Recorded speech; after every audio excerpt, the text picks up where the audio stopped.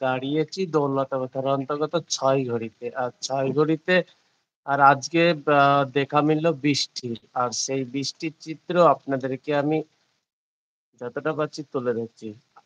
নেই কোনো ঝড়ো হাওয়া, তার সঙ্গেই শুরু হয়েছিল জোরালো বৃষ্টি। অবশেষে হালকা বৃষ্টি। দেখছেন সেই চিত্র? আর সেই চিত্র আমি দেখাচ্ছি আপনাদেরকে এস বাংলার মাধ্যমে। এই কি শেষ বৃষ্টি, না এর চাইতে আরো জোরালো বৃষ্টি হবে? সেটাই দেখার।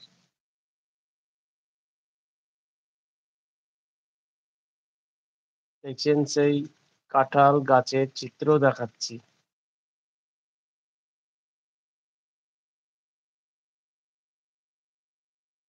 সরাসরি সেই চিত্র দেখতে পাচ্ছেন এস বাংলার পর্দায়।